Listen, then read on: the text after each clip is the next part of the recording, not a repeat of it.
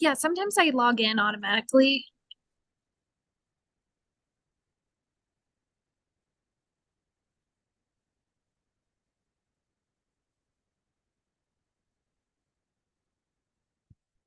Test. Nice.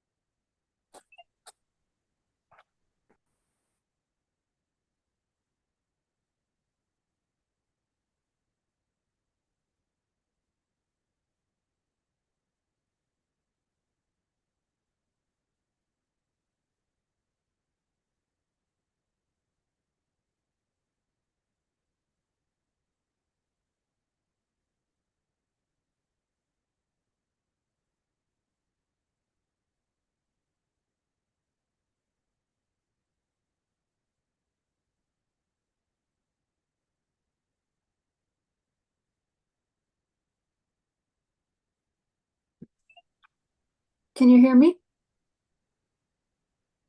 Hello?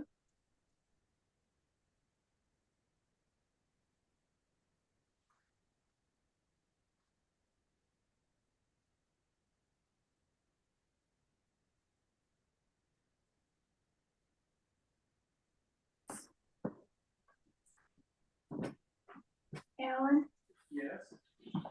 When it's at the top where it shows mute and video, do I take the red X off it? Yes. Yeah, okay, that's I want to make sure I do it the right way. Thanks.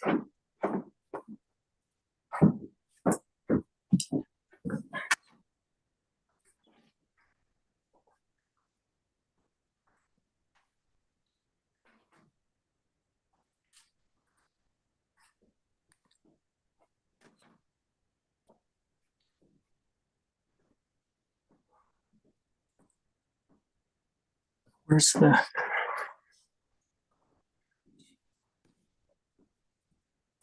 Camera's working.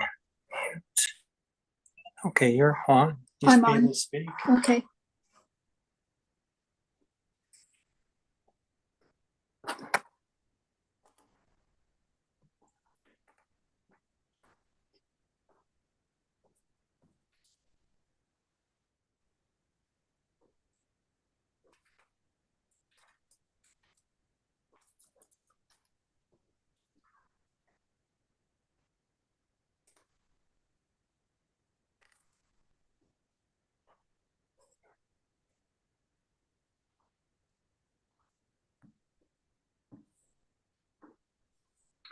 Can you hear me?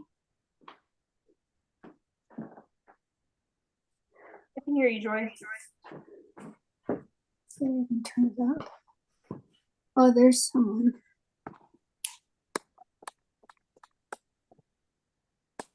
That's why. Okay, now. Okay. Oh. Hello?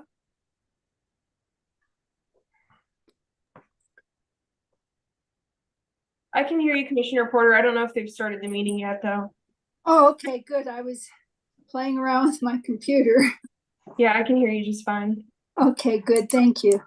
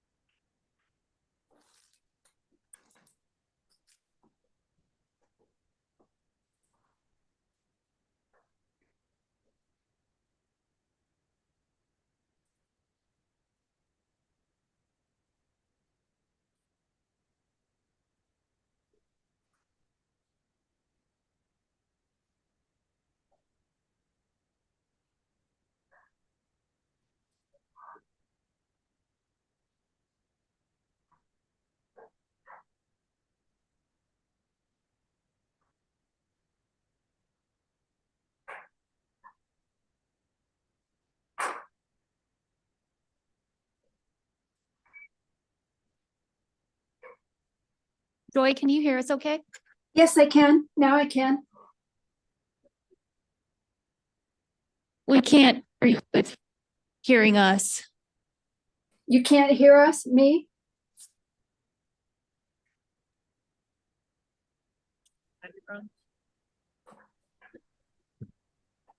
Are you able to hear us, Hannah or Chelsea? Okay, well, we're working on about that.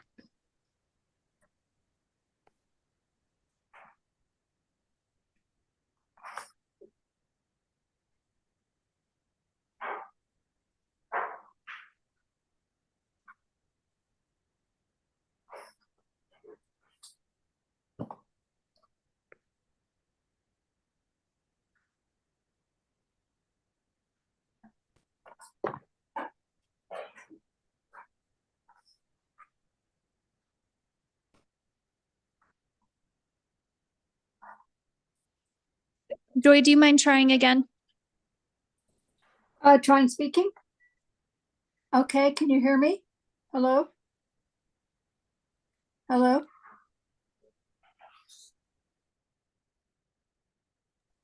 Hello?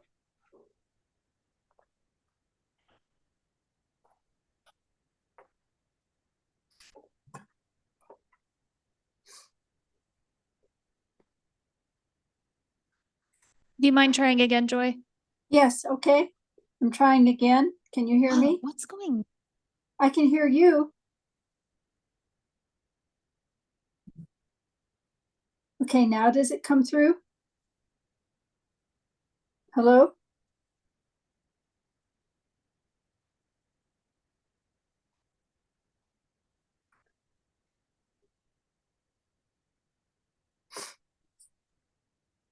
Hello? It's time to start, I know. Alan, it's not working. Okay, I think it's working now. Okay, let's see. Is it working now? Hello? Yeah, we can hear you now. Thank you. Oh, good. Thank you. Sorry about that. Thanks. Yay. Always so glad when it works.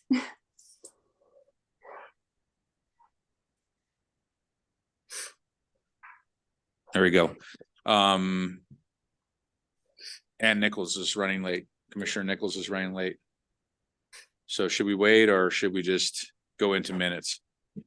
With 4 commissioners, we do have a quorum, so we can proceed Okay. if you would like to.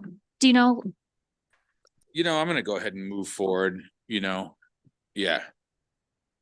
So normally I'll open with some sort of reference to history before I officially start the meeting, but since today is December 6th, I would like to give a nod to December 7th, 1941. As we all know, is Pearl Harbor Day, and I would like to just honor that for the many, many lives that were given in the quest for peace. Doug, just so I could let you know, my dad was at Pearl Harbor as a young sailor on December 7th. Wow. Well, I'm glad he survived. Yes, so am I. There were thousands that didn't. No, Yes. he was, Yeah, my It's true. grandfather served in the Pacific Theater. yeah, So it's good to honor them. it is, yeah, very good. Well, I would like to call to order the December 6th, 2023 regular meeting of the Historic Preservation Commission of the City of Manitou Springs. We start off by doing a quick roll call, and I will start with myself. I'm Douglas Edmondson, Chair. Susan Presti, Vice Chair. Laura Kinseth, Commissioner. Joy Porter, Commissioner. And we will be expecting Commissioner Ann Nichols to be joining us in the very near future, hopefully. She's just running a little late this evening. I will go ahead and move to the approval of minutes. Item 1, October 4th, 2023, regular meeting minutes. Are there any amendments or corrections needing to be made to these minutes? I have one correction.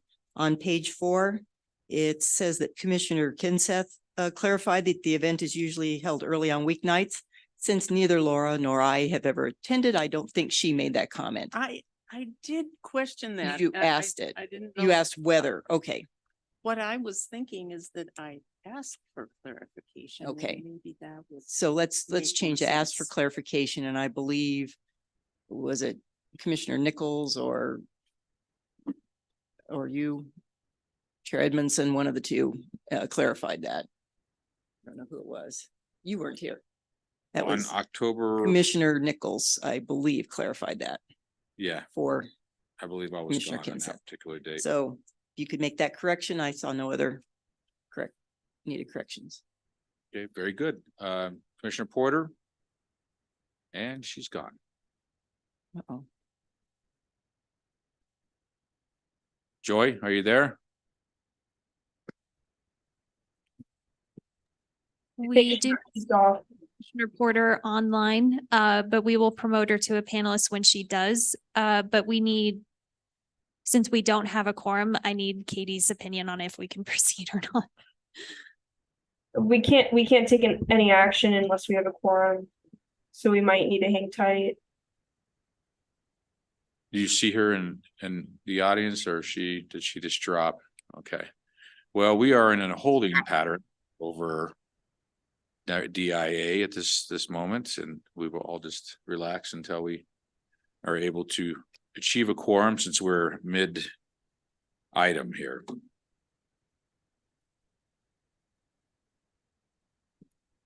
Katie, are we able to discuss items that don't require an action? Yes, you are. So if you want to proceed to a different part of the agenda and maybe just do a recap for the other commissioners, you can do that.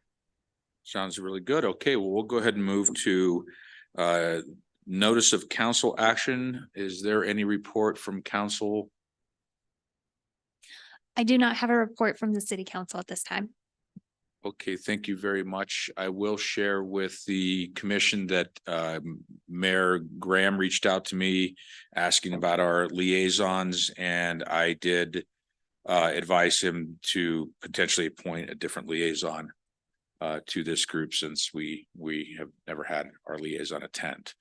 So I would like to see that happen, so that way the mystery is taken out of HPC action as we move forward. I have a question. I heard some discussion that at commissions, the city council member liaison does not usually attend, whereas they do attend boards. Is that a distinction that we should be aware of? So it does get tricky with quasi judicial commissions, because if a decision were to be appealed from the Historic Preservation Commission, the decision would be raised to the city council. And if they were in attendance of that meeting, then that could affect their quote unquote prejudgment, which is the quasi judicial nature of most of the applications that you hear before Historic Preservation Commission. But the liaison still does have a role. It just may not be attending every meeting or a meeting here and there. Okay, thank you for the clarification. Very good. Since we still don't have a quorum, I am going to ask that we move item 7 forward, which is the review of the HPC awards coming up in December 14th at 5:30 p.m. at Marymount Castle. Is there any discussion that needs to take place about that? Or any questions from commissioners? So from staff's perspective, we have mailed out all the invitations, and Doug is the point of contact. We did get the original art from the artist. It looks fantastic. We've put together the awards themselves, and they're all framed, and they look great. And we will get the original art framed as well next year when the budget resets. And we'll get the invoices paid. Commissioner Edmondson mentioned earlier about the invoice and the W-9, and we should be good on that front once we get it. So that's our update from staff side. So can somebody give me a sense of what the program, when it starts during the evening, how long it runs, kind of how that works, what role, if any, the commissioners have that evening? Chair Edmondson, you're the only one in the room who's been before, so can you enlighten me? Basically, I'll take the lead. It's going to just be a read of the list. We can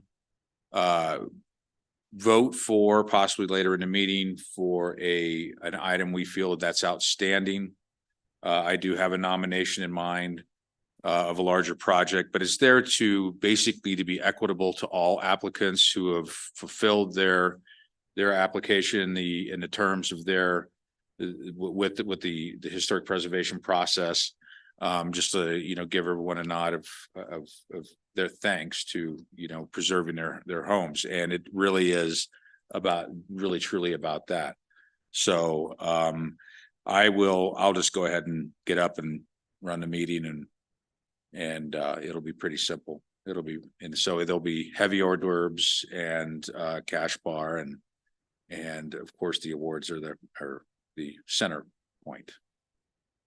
What time of evening do you think the event starts at 5:30? Would the awards be about 6? You would start Yeah, that? the event starts at 5:30. There'll be some mingling and whatnot. Awards at 6, probably about an hour. I don't know, maybe even an hour and a half, because it's a pretty lengthy list. Oh, okay.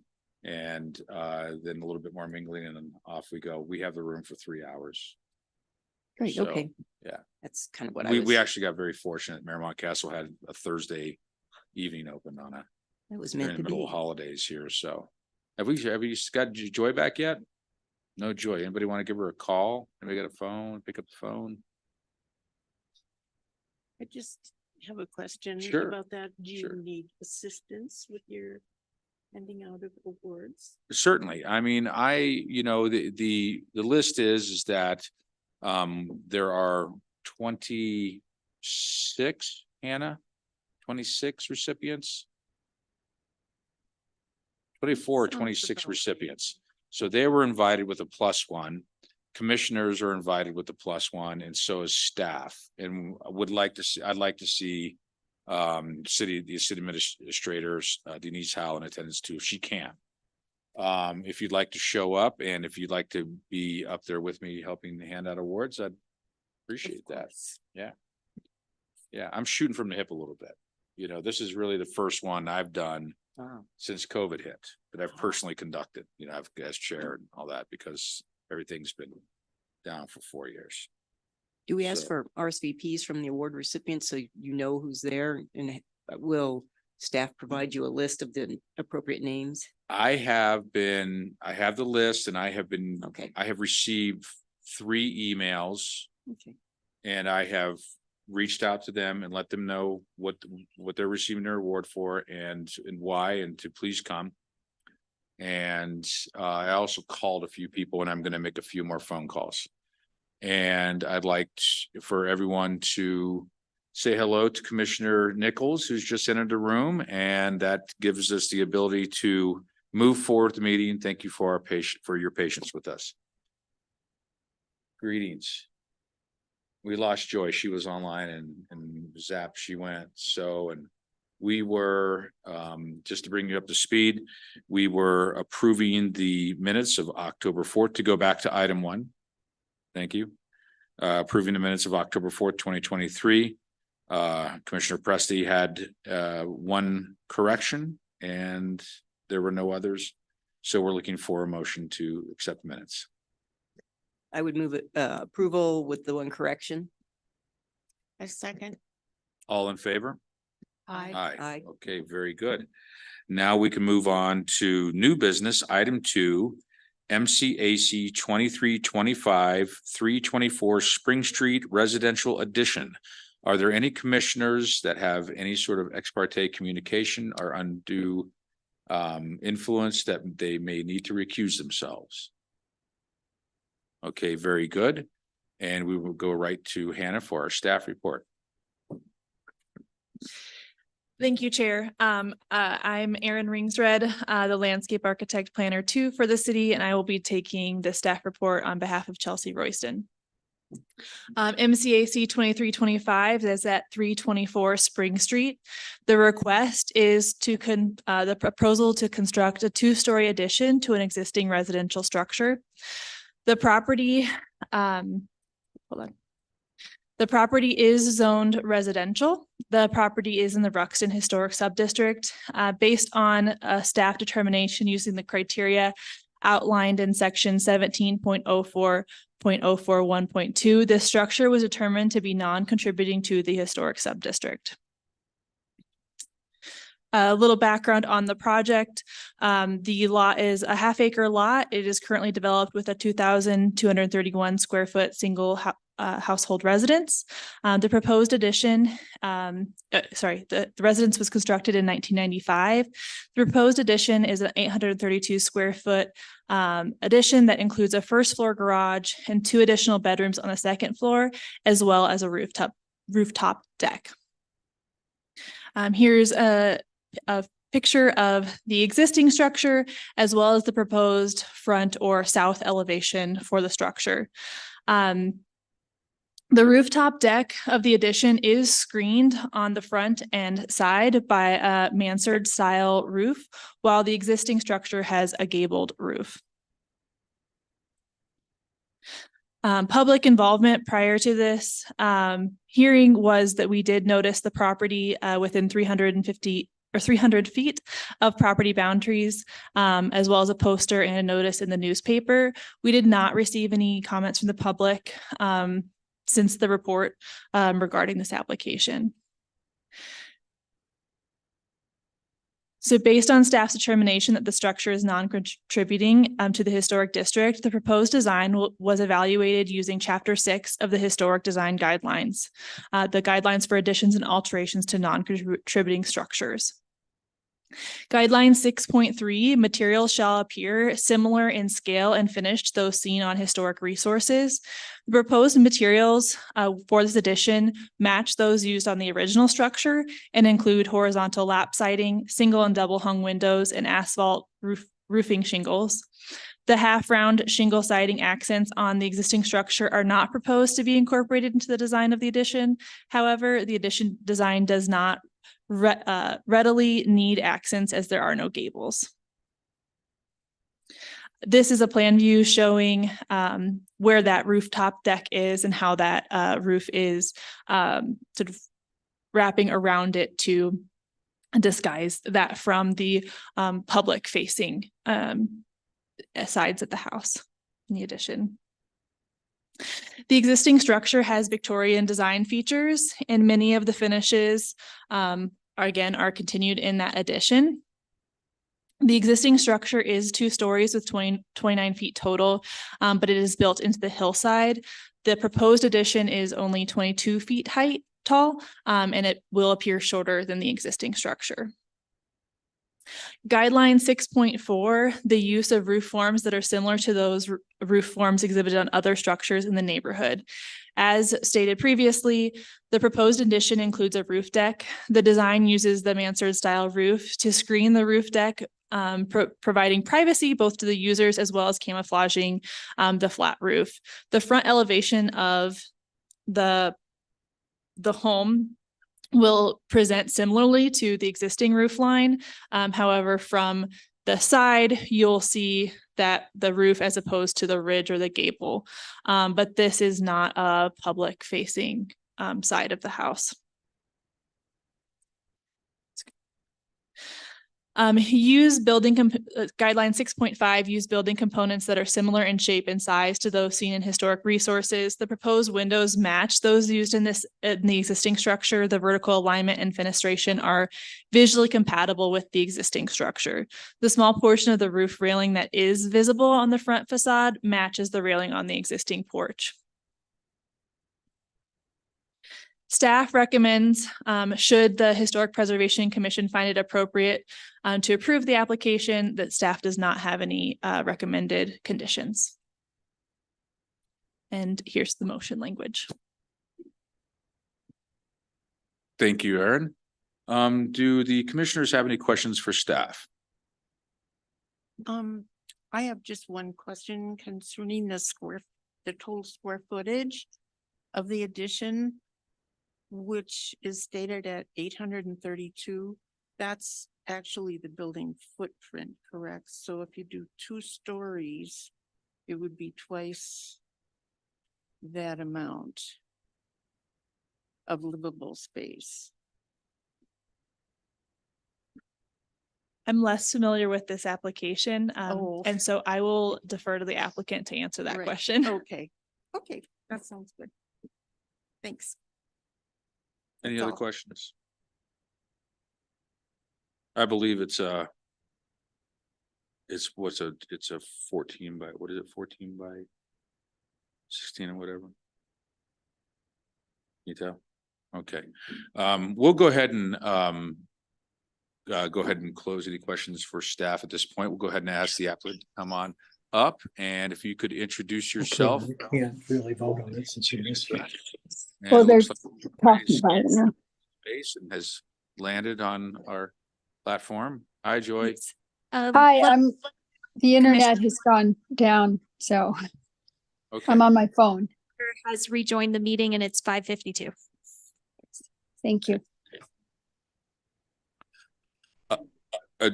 There's a button right there with the little. Good face. evening, Chair. My name is Keith Moore. I'm with RMG Architects and Engineers. I'm the applicant on this project. To answer Commissioner Laura's question, the footprint of the building is roughly 30 by 28. So it's about 600 square foot. The total square footage is the 800 square footage of both floors. Okay. Yes, ma'am.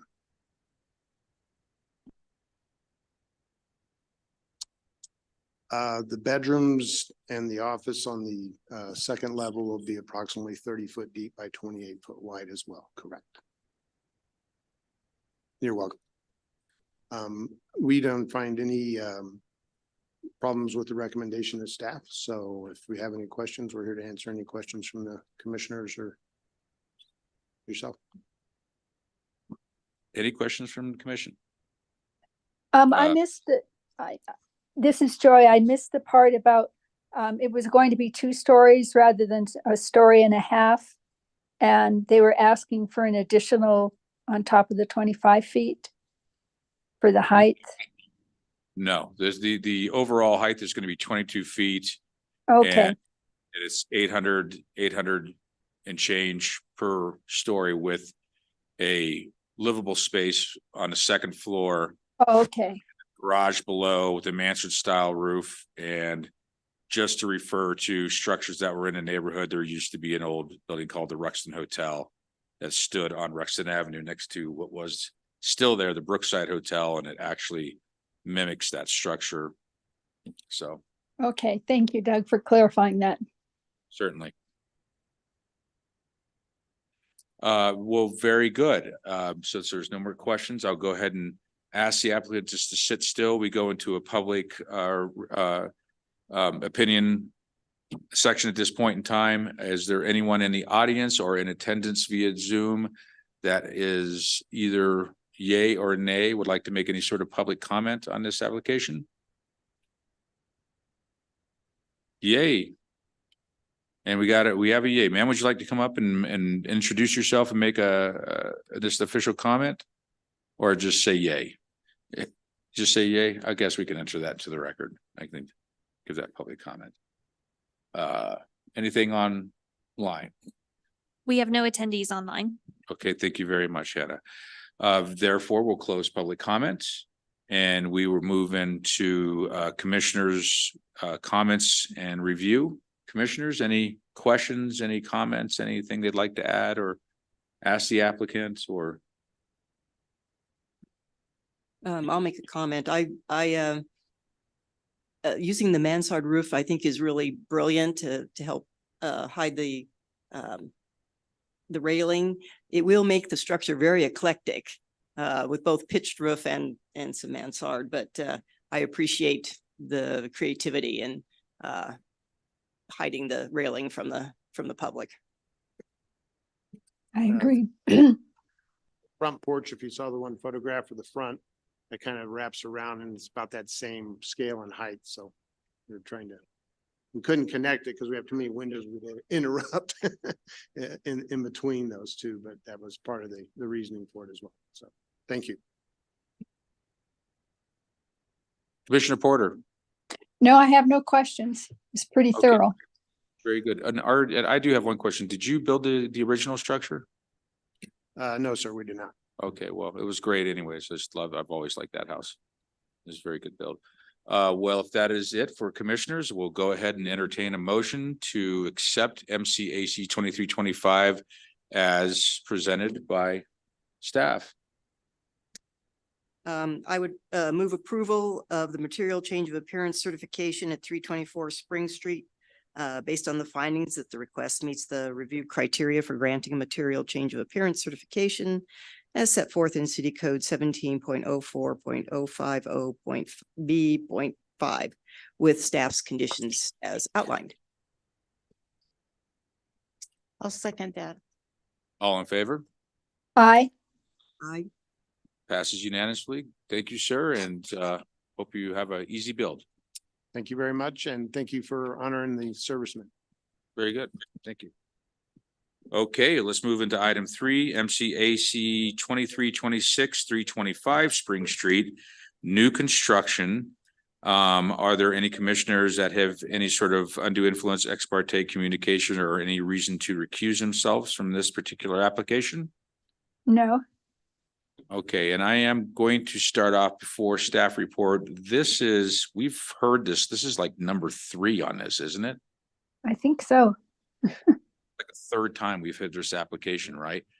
I'm going to ask staff, are there major changes to the original design on this, or can we just do a continue? Can we just basically ask a continuation on the application just to? Is there a significant change to what they want Thank to do? you, Chair Edmondson. Yes, there is a substantial change. Staff does not have authority to make amendments to an approved MCAC, so therefore it's back Okay. before you. Okay, so, okay, let's go ahead and hear staff's report. All right. MCAC 2326. This is new construction at 325 Spring Street. As Chair Edmondson mentioned, this has been heard before. A set of plans was previously approved for this address under MCAC 2306. Since that approval, some substantial changes have been made to the proposed design plans per the code. The request is, again, the application to propose to construct a single-family home. The property is zoned general residential, and the property is in the Ruxton Historic Subdistrict. No, we're going to go through context, although I know you guys are familiar. So this is the property location right next door to the previous application. And then here is the site plan. On the site plan, previously there had been an additional square footage space towards the south due to site constraints and understanding sort of foundation requirements.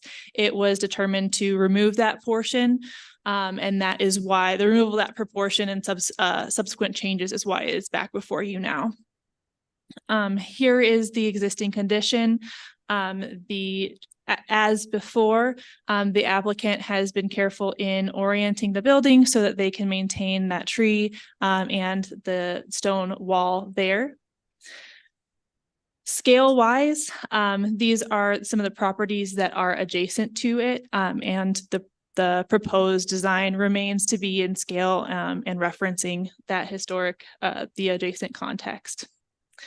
This is the other area where you're going to see changes to that elevation. On the side here, you're not going to see that, protruding in the back. So that's one more long linear structure.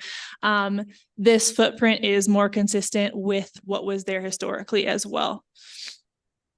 And then these are the materials proposed to be used on the structure. And this is the addition of the light fixture proposed. As noted down here, the light fixture has a dark sky compliant attachment. And so that would be included as part of the installation. And I can go into more detail item by item, but in terms of the code sections, but since we've seen this one before, I'll go straight to the motion language. Okay, very good. Thank you so much, Aaron. Did the commissioners have any questions for staff on this? Just what is the height of the building now? The height of the building has not changed from the previous application. It is 28 feet, 11 inches. The maximum building height in that area per code is 25 feet with a 5-foot allowance for historic structures with steep roofs that are required for the historic district. It is staff's determination that this proposed roof line, meets the intent of that portion of code and is allowed some extra square footage to accomplish that desired aesthetic for the district. Okay, thank you. Other commissioners? No. Okay, and then I'm going to assume that the reason why the addition to the south was taken out because soils determined that they couldn't build it. Pretty much.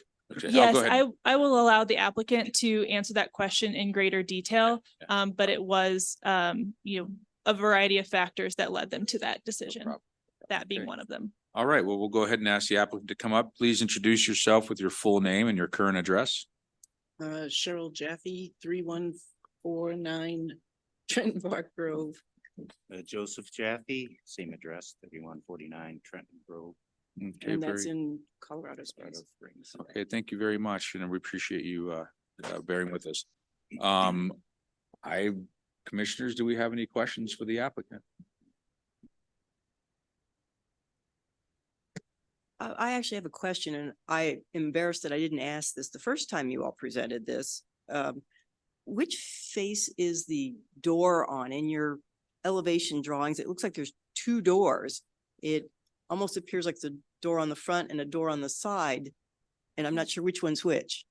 Do you mind if I go up and point? Certainly, yes. That'd be If great. we could take the mic too, just so that we can write minutes. There we go, thanks. Thank you.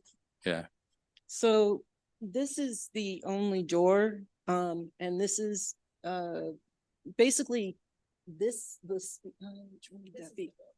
This would be the primary, view from the road. You would only see that, it would look like this right in front of the house. But the door, oh, I see why you're asking. Okay, Yeah. it's actually like a little porched area. And that's why that's why it shows up on two elevations. It's like a corner cut out.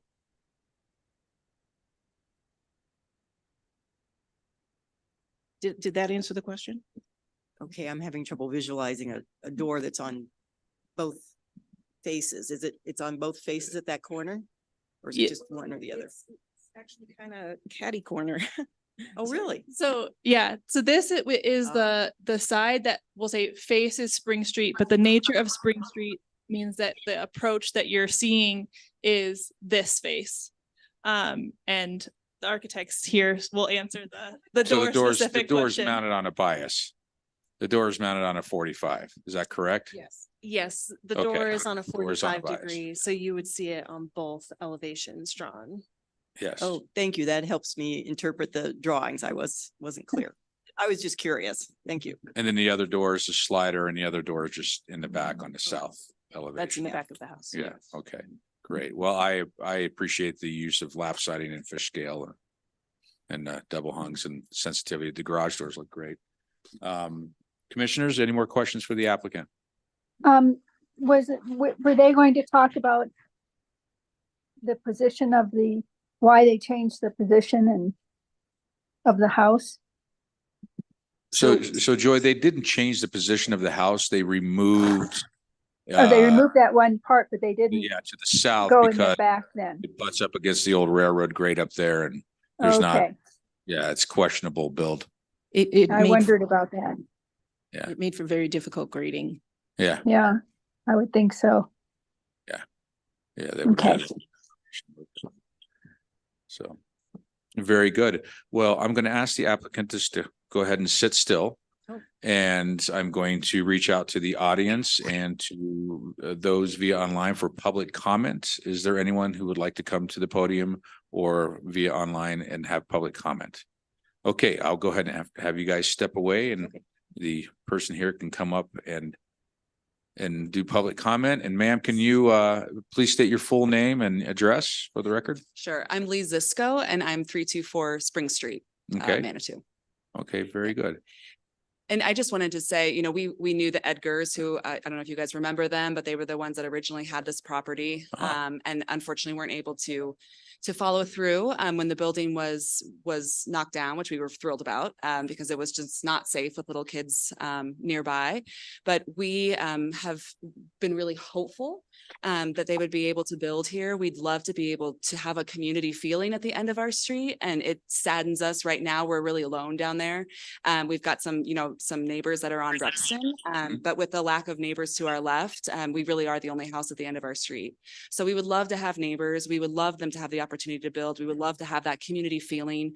Unfortunately, one of our neighbors recently sold to an Airbnb, so we've lost that as well.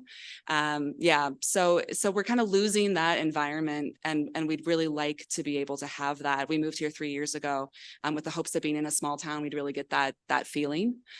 So we're optimistic and hopeful that we would have the wonderful neighbors if we were able to have this building move forward. So I just wanted to make that clear that we're very, very supportive and enthusiastic. Okay, very good. That sounds like a yay. And I'll go ahead. I won't ask, and thank you very much. I'll go ahead and close public comment. I probably won't ask the applicant to come up again. Commissioners, do we have any more questions for the applicant or any more comment on this particular agenda item? No? Okay, well, then I'll No. go. No, Joy, you're good? No, Okay. I'm good. Okay. I'll go ahead and entertain a motion with staff recommendations.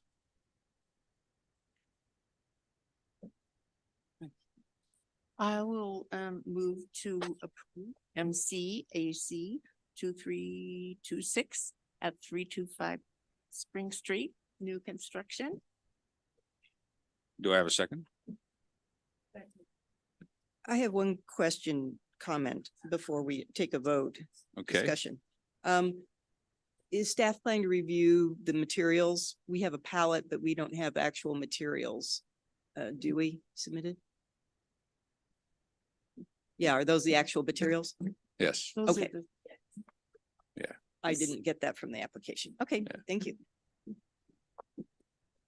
Those are the same materials that we approved. Yeah, before. Yeah, I yeah, mean, just, okay. yeah. Okay, do I have a second? Second. All in favor? Aye. Aye. Looking forward to it. Actually. Yeah, we were hoping to get you guys in this year's award cycle. I was just kind of wondering. Okay, well, very good. Good luck, and I hope your build goes well. Fantastic. All right. We are going to, I'll just go ahead and go through this real quick, like unfinished business. Item 4, withdrawn, 128 Rexton Avenue, exterior renovations. Other business. Item 5, extension of MCA. No. Do we need to approval withdrawal? Is it just a statement?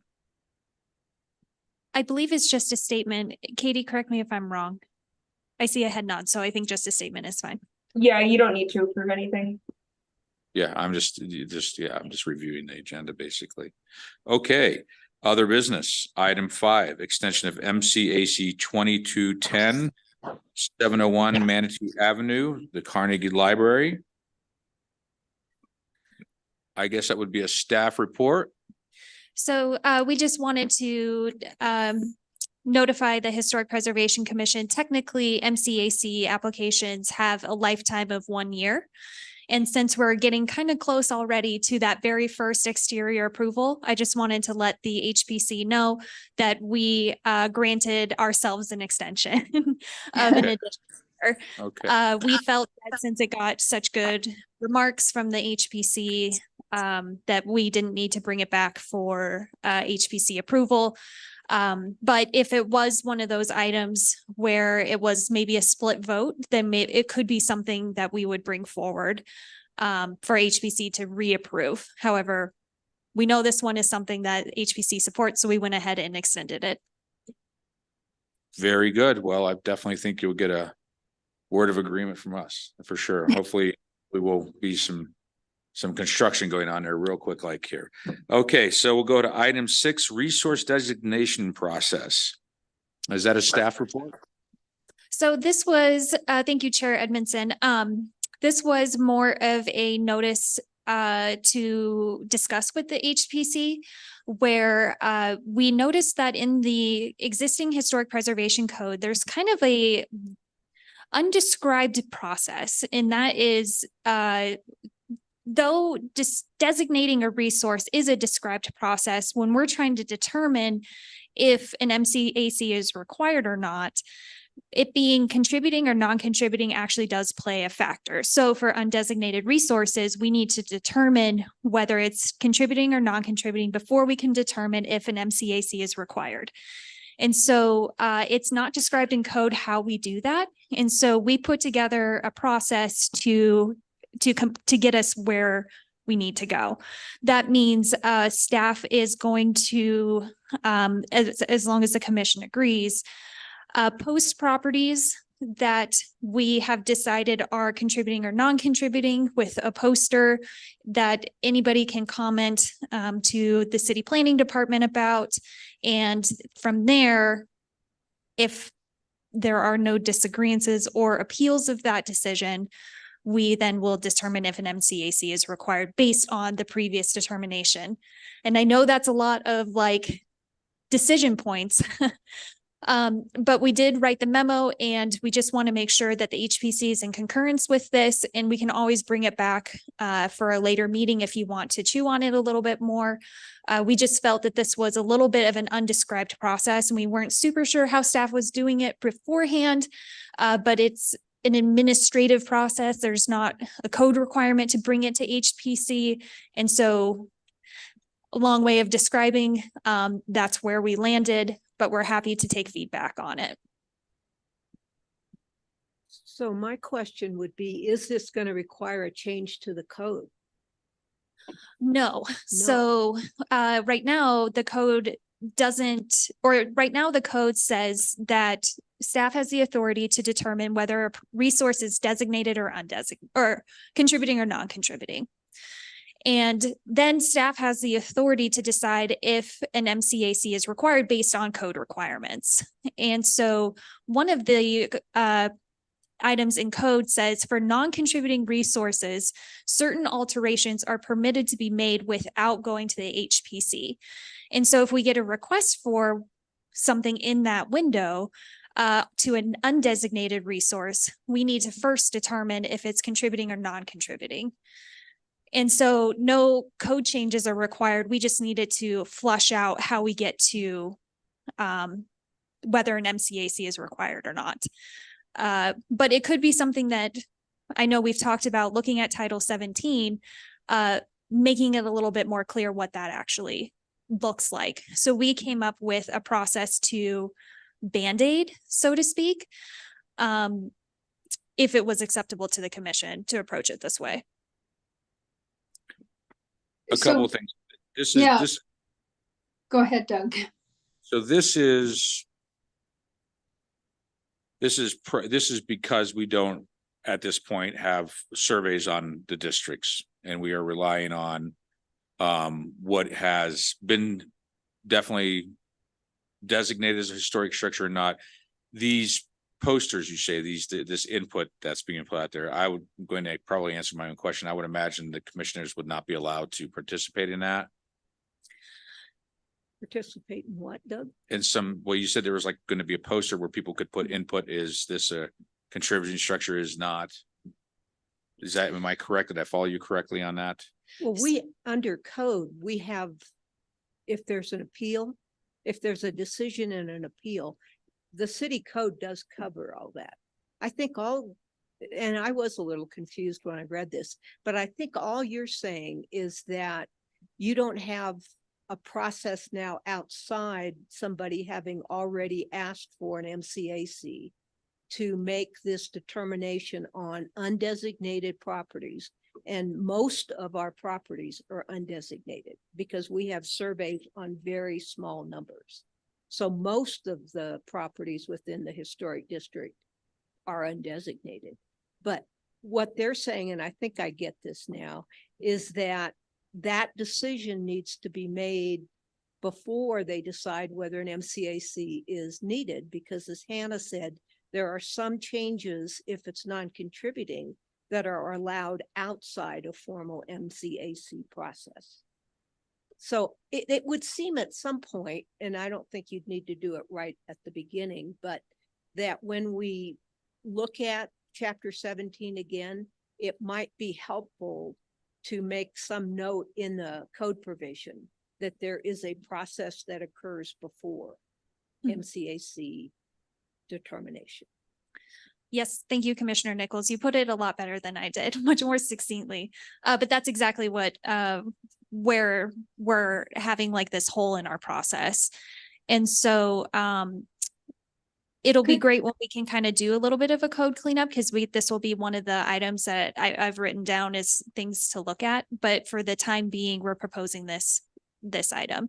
And to answer your question, Commissioner Chair Edmondson, so if a commissioner were to come across one of these posters and disagree with staff and be an appellant, then they would have to recuse themselves from the decision. But a commissioner is able to ask staff for the reasoning behind a decision to designate it as contributing or non-contributing. So if there was a disagreement, then we maybe would need to check with the city attorney on how to handle it specifically. But you definitely, because making the decision on contributing or non-contributing is not a quasi judicial application, you are able to discuss it with staff. I was under the impression that houses, buildings of the like, period, if they were in the historic district, were considered a contributing structure unless they had opted out at some point. No, I mean, the history on this whole thing is I was on the commission when it occurred. And I think prior to this concept of saying they're undesignated, the approach we were taking, which was very controversial, is we would say if there were not a survey on a property, it would be deemed contributing or it would be deemed non-contributing. And we spent weeks debating this with the public because that's not a good answer, frankly, to just assume if there's not a survey, you will say it's one or the other. And that's where we came up with the notion that if there's not a survey determination that it's contributing or non-contributing, it is by definition undesignated. And there's a very lengthy code process that the city attorney came up with that goes through then how that determination is made, including the ability for the applicant to appeal. And the appeals either come to us or I believe to city council. Is that right? It's been a while since I've read that, but. Yes, so they would go to the Historic Preservation Commission first, but they could appeal HPC's decision to city council. Yeah, right. Okay. So there's an elaborate process. And this came out of a specific instance where we used to make a decision that if there was no survey, it was one or the other, which is never going to be useful. Well, I mean, it's just ringing clear that we need to continue to over time to push the survey process and have buildings evaluated. So that way, when people come before us or there's a building that's, obviously a historic structure or historic home, that it's protected to some level or there's at least heard. That's the intent of this code provision. Okay. Well, Totally. I'll sharpen my cue on that. I'll take a closer look. All right. Well, very good. Anna, I had a question. Hello? Yeah. Go for it, Joy. Oh, okay. Sorry, I'm on the little phone. Could you give an example if a building is non-contributing? What would be an example that would be administratively approved without the MCAC? Like what would you be looking for? That's a great question. So I can write up a formal response, but a non-contributing structure can be something that is included in the overall umbrella of a historic district, but does not contain the features that actually are pertinent to that particular sub-district. So let's just say it's a newer build and for some reason doesn't really match the features that make that sub-district significant. That could be one of the criteria for it being non-contributing. Is there? Right. And so if it was non-contributing and they wanted to build a deck on the back of their home, then we wouldn't have to trigger an MCAC. So that's where the question lies. But what I can definitely do is email the Historic Preservation Commission tomorrow a list of what those things are. I believe that it is in the design guidelines. Okay, then I can look that up. You wouldn't need to send me. I was just curious. Thank you for explaining that. Well, very good. We are going to be taking action on this evening, or are we just a review? We did not pose this as a formal action item, more of like a, if you find this as an okay Band-Aid, then we'll proceed. Or if there was any major red flags, if we could address them now. But it's clear to me that we need to overhaul, not totally overhaul, but really work on Title 17 to not have these Band-Aid processes. Yeah. Yeah. No, I know it's difficult for applicants or people who own homes for them to be faced with an application process. But it's also our job, and it is part of our commission and as a community to, you know, try to make sure that these older buildings, these wonderful homes, so on and so forth, can be are preserved. There needs to be that level in place. I mean, we see, if you go down and you look at Colorado Springs, there's a lot of buildings still being lost down there, unfortunately, and the old municipal power plant's one of them. So, yeah. Yeah, I know it's full of full of asbestos and all that kind of stuff, but still. Yes, yeah, not anymore. Anyways, okay, well, thanks a lot. I appreciate it, Hannah, very much for that. And we'll go back to, I'd like to revisit item 7, HPC awards. Again, the Historic Preservation Commission awards are going to be next Thursday on 14th at 5:30 p.m. at Marymount Castle with heavy hors d'oeuvres and a cash bar. And staff has done a really good job about help putting this together. They did the frames and the art and the announcements. And I think it's going to be fairly well attended. Commissioners are obviously welcome to come with a +1. I'd like to see staff there, including Aaron and Hannah and Chelsea, if she's up to it, and the rest of the planning staff. And if also the city administrator and possibly Mayor Graham, we could reach out to them, see if they're up to it, to attend that. I think it's really important. One of the things that was brought to my attention in conversing with Michelle Anthony, our old planner, was the election of a primary candidate for the award, someone who would receive the original piece of art. So in looking at it, I mean, everyone that contributes, everybody from replacing windows to a full house overhaul deserves to have an award, deserves to be first place. But the two major projects that are in our canvas are obviously Our Lady of Perpetual and then the Cog Railway Depot. And I would be asking the commission, which one of those two candidates would you like to place as the top restoration / historic preservation project? Do I have any nominations? Do we want to do that? We've never done that. We've never done that. I No. thought that Michelle had told me they awarded the original art to. I don't think so. You don't remember I that? think that's problematic, frankly. Is that problematic? Doesn't Okay, it is there? seems- I mean, Huh? this is to recognize everybody. Okay, I don't think we want to pick one and somehow all elevate right. that. Well, then one. we won't do that. Okay, All I right. think that's not a good idea. Please, Yeah, Glenn. I agree with Anne. I'd be very uncomfortable saying one over the other of those two. I just wouldn't want to do it. And I think someone who put new windows in would feel that they really did something grand because they preserved the old windows. So I'd hate to Right. designate one as a little bit better. It becomes a competition, and I think we're into preservation, not competition. Right, yeah. Well, Our Lady of Perpetual did a really good job. So Right. they both Yeah. did. Everyone did a great job. Yeah, they all did. Yeah. Okay, very good. Well, is there anything else we need to do to visit that particular situation thing? Oh, that's okay. If it wasn't for you folks, nobody would be able to keep me in line. I guarantee you that much. I have a quick question. Do you usually invite city council to the awards? We do. Do we? We usually send us invitations. too.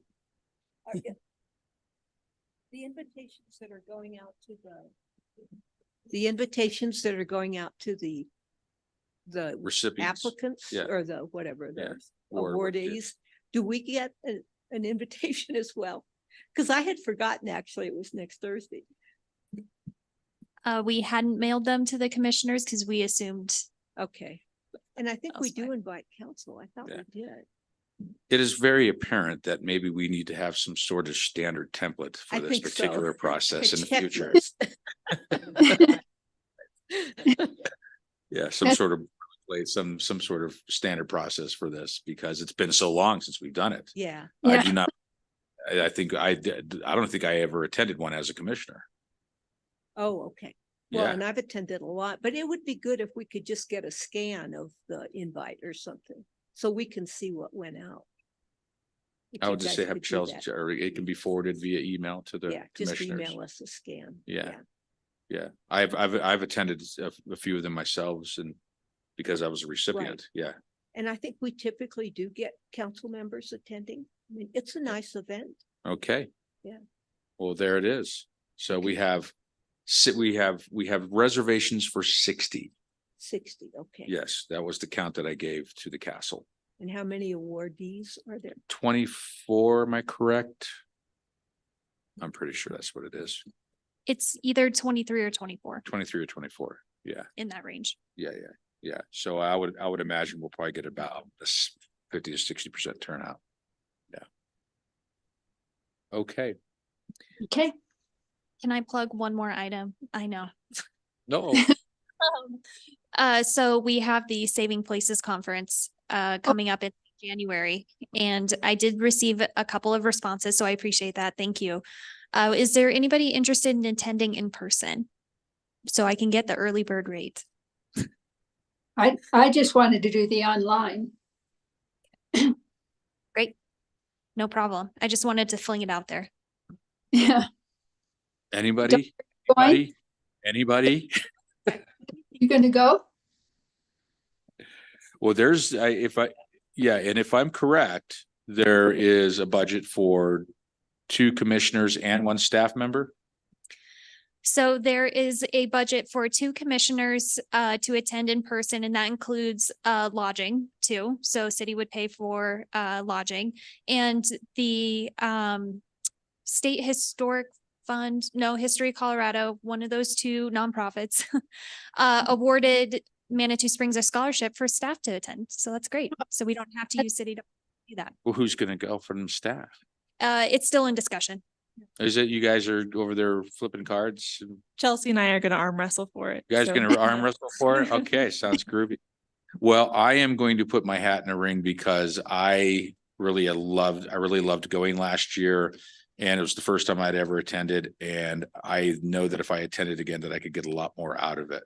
One of the things I tried to do last year was to make some sort of contact or open dialogue with other commissioners of like myself and get a feel of what's being executed in their communities and how they approach their historic structures and so on and so forth. So, but if other commissioners want to attend, I will move aside. Okay, these guys can't. I don't know why, but okay, very good. And thank you, Hannah. All right. Well, since there's nothing else for us to listen to this evening, I will adjourn the regular meeting of the Historic Preservation Commission for December 6th, 2023. And we will see all of you in the new year. Happy holidays. And you'll see I'm gonna see more than you next week, but on an official basis. Yeah. Okay. Very good. Good evening, Joy. Joy, you take care there. With All right, you take care too. Bye. Okay. Thank you. Bye, Katie. Bye.